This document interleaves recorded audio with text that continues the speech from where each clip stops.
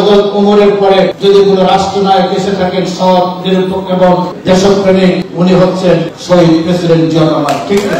হযরত ওমর রাদিয়াল্লাহু তাআলা আনহুর পর যদি কোনো মুসলিম সৎ ও যোগ্য রাষ্ট্রপ্রধানের দায়িত্ব পালন করে থাকেন তিনি শহীদ রাষ্ট্রপতি জিয়াউর রহমান। এমন মন্তব্য করেন বিএনপির ভাইস চেয়ারম্যান বরকতুল্লাহ বুলু। 14 আগস্ট কুমিল্লার লাকসাম মনোহরগঞ্জ উপজেলা ও পৌর বিএনপির দ্বিবার্ষিক সম্মেলনে এসব কথা বলেন তিনি।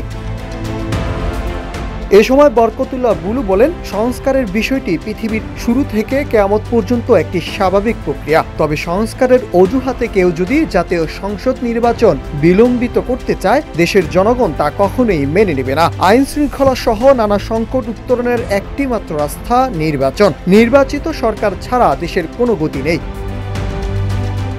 তিনি আরো বলেন, বিএনপি একটি উদারপন্থী গণতান্ত্রিক রাজনৈতিক দল। বিরোধী মতকে আমরা শ্রদ্ধা ও সম্মান করি। আমাদের নেতা শহীদ রাষ্ট্রপতি জিয়াউর রহমান বহুদলীয় গণতন্ত্রে বিশ্বাসী ছিলেন। বিএনপি গণতন্ত্রের কথা বলে এবং গণতন্ত্রের চর্চা করে। দীর্ঘ সময় আমরা রাজনৈতিক ও গণতান্ত্রিক অধিকার থেকে বঞ্চিত ছিলাম। দেশের মধ্যে ভীত রাজত্ব কায়েম করেছিল শাসক গোষ্ঠী। হরণ করা হয়েছিল বাক স্বাধীনতা ও ভোটের অধিকার।